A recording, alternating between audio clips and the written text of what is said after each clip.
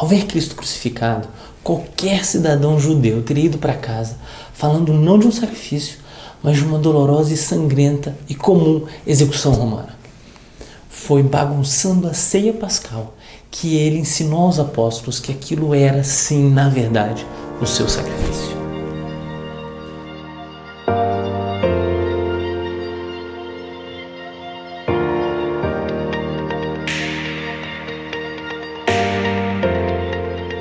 A ceia pascal era uma ceia solene, onde várias etapas e processos deviam ser respeitados. Assim como todos os judeus, Cristo já tinha passado por aquela ceia diversas vezes na sua vida e sabia exatamente todas essas etapas que tinham que ser seguidas. Conhecia muito bem a liturgia de um ritual muito especial e relevante para o povo judeu. E aí, mesmo tendo muita consciência de tudo isso, Cristo resolve bagunçar essa ceia. Ele faz duas grandes mudanças que nunca passariam despercebidas para os apóstolos. Primeiro, ele muda completamente o discurso da ceia. E segundo, ele não termina a ceia ali no cenáculo. Então, primeiro, o discurso. Cristo começa tirando totalmente o foco da ceia no cordeiro e traz para si mesmo, quando ele fala que aquele pão é o seu corpo e aquele vinho é o seu sangue. Ele começa a bagunçar um ritual historicamente sagrado. Ele não faria isso de graça, ele não faria isso à toa, não faria isso sem sentido algum. Cristo, naquele momento, começa a transformar a Páscoa antiga de um simples cordeiro na Páscoa nova, onde ele é o cordeiro, onde ele é o Cordeiro de Deus. E nesse discurso, Cristo diz algo que para nós hoje pode passar despercebido, mas que na época era muito, muito esperado pelos apóstolos. Ele utiliza pela primeira e única vez nos evangelhos o termo nova aliança.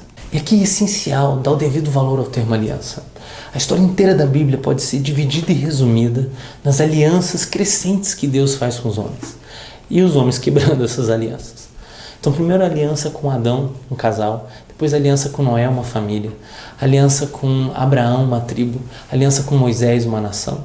E a aliança com o rei Davi, um reino. Os judeus, incluindo os apóstolos, que conheciam muito bem todas essas alianças, esperavam ansiosamente pela final eterna, nova e finalmente inquebrável aliança. E aí Jesus utiliza quase que exatamente os mesmos termos sacrificais que Moisés utilizou quando instituiu a sua aliança. E ele une o novo maná ao sacrifício sem sangue, sacrifício do primeiro sacerdote da Bíblia, Melquisedeque, o sacrifício mais divino, o pão e o vinho. Então, nesse momento, nessa alteração da antiga ceia pascal, que Cristo explica aos apóstolos como vai ser realizado dali para frente a parte final da antiga Páscoa. Comer o cordeiro sacrificado, o seu corpo e seu sangue no pão e vinho. É ali que Cristo renova um antigo ritual, inicia um novo sacrifício, institui um novo sagrado, um novo sacramento. E aí tem um segundo ponto, segunda bagunça de Cristo na Santa Ceia. Depois de se colocar como novo cordeiro daquela Páscoa, Cristo surpreende novamente os apóstolos ao não terminar a ceia ali no cenáculo. As tradições judaicas mostram que naquela época os diversos e bem regulamentados processos que deviam ser respeitados na ceia da Páscoa eram organizados em torno de 4 cálices de vinho, que deviam ser bebidos em momentos bem específicos. Diversos estudos da Santa Ceia identificam os 3 primeiros cálices, mas nenhum consegue encontrar ali o 4º cálice. Cristo, depois de falar do seu sangue da nova aliança, diz: "Não beberei mais do fruto da videira até o dia em que beberei o vinho novo no reino de Deus."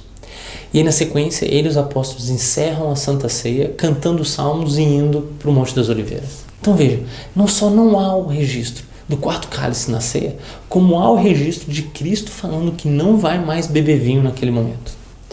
Os apóstolos, que estavam muito acostumados já com todos os procedimentos da ceia, devem ter ficado completamente desconcertados com Cristo bagunçando mais uma vez todo aquele ritual. E aí, nos relatos de sua agonia no jardim do Getsemane, Cristo volta a utilizar o termo cálice. Ele pede 3 vezes: "Pai, se possível, afasta de mim esse cálice." Por qual razão Jesus agora passaria a utilizar uma metáfora de cálice para falar da sua crucificação? Por qual razão que não fosse exatamente a sua declaração de não beber o 4º cálice? Então Cristo se coloca como o cordeiro a ser sacrificado, identifica na consagração o 3º cálice como sendo o seu sangue a ser derramado pelo perdão dos pecados, fala que não vai beber ali o 4º cálice e associa esse 4º cálice à sua crucificação.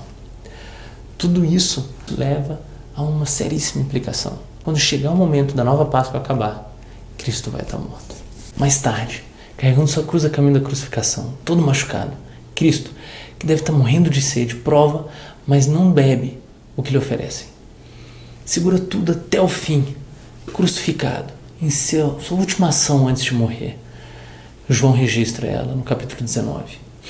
Depois disso, sabendo Jesus que tudo estava consumado, e para que se cumprisse a escritura até o fim, disse: tenho sede. Havia ali uma jarra cheia de vinagre.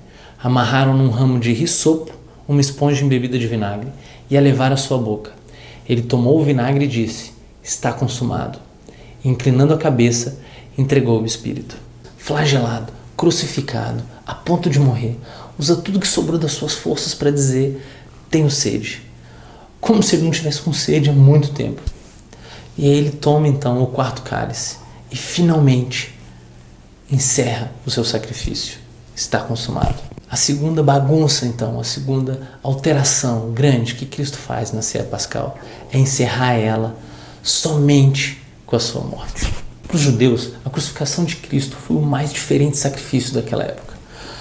Nos tempos de Jesus, os sacrifícios judeus tinham regras muito específicas para serem realmente considerados sacrifícios. Eles tinham que ser realizados dentro do templo, em cima do altar e somente por um sacerdote judeu. Jesus não foi crucificado dentro do templo, não foi em cima de um altar e os soldados romanos não eram sacerdotes judeus. Qualquer cidadão judeu, incluindo os apóstolos, ao ver Jesus Cristo sendo crucificado, não teria ido para casa falando de um sacrifício. Teria ido para casa falando de uma dolorosa, sangrenta, infelizmente muito comum à época, execução romana. Jesus faz então uma grande bagunça naquela ceia pascal, na última ceia, se colocando como cordeiro, explicando como comer o cordeiro, anunciando a nova aliança e encerrando aquela ceia somente com a sua morte. Foi a Santa Ceia na Quinta-feira Santa que transformou aquela execução num sacrifício. E foi o domingo de Páscoa que transformou aquele sacrifício no sagrado sacramento da Eucaristia.